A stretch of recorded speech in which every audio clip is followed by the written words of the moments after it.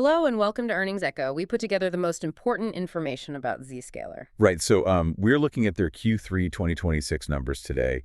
And honestly, the baseline is incredibly strong. Revenue hit $850.5 million.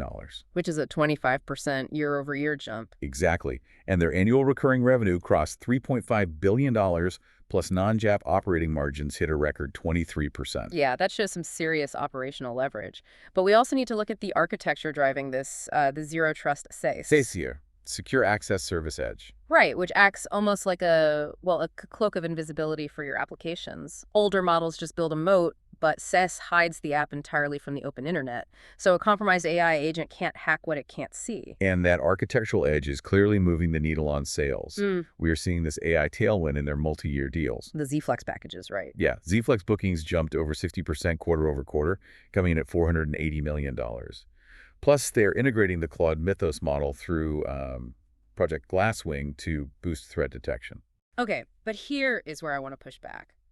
If Q3 was a blockbuster and Z-Flex is pulling in $480 million, why is the fiscal 2027 guidance so cautious? Right, they are projecting a deceleration. Down to 16 or 17% revenue growth? I mean, is the AI hype just not translating into immediate new logo enterprise sales? Well, the earnings call transcript points to some very specific temporary headwinds. First off, two key sales leaders under the chief revenue officer just left at the end of Q3. So management is just being highly prudent with new logo growth during that transition. Exactly. But there is also a purely mechanical drag from the Red Canary acquisition. Because a huge chunk of net new recurring revenue this year came from one-off renewals. Right, which inflated the baseline. Those won't repeat next year. And on top of that, managed detection and response inherently faces higher churn rates than Zscaler's core platform anyway. So that creates a really tough year-over-year comparison. But there is another drag on margins, the capital expenditure spike. Yeah, CapEx could rise up to 200 basis points in FY27. Management is actively pulling forward hardware purchases right now to lock in prices. Because they are terrified of supply chain shortages from all these AI data centers being built. Precisely. So you have record profits today clashing with slowing sales guidance and a hardware spending spree tomorrow. Which brings us to valuation and how Wall Street is pricing this.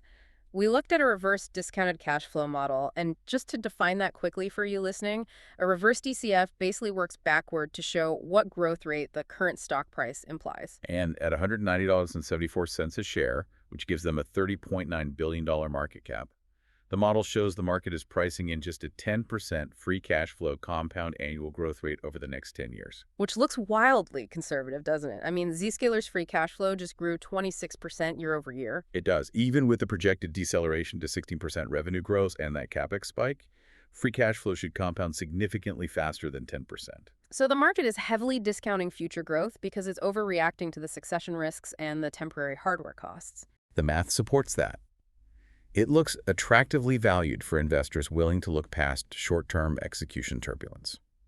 So to summarize the long-term story, Zscaler is dominating the AI security narrative financially, but internal shifts in supply chain fears are causing some temporary cloudiness. Yeah, that is the main takeaway you need to know today. And before we close, just think about this. As AI agents begin autonomously transacting machine to machine, companies like Zscaler will have to secure a world where non-human identities outnumber us 10 to 1.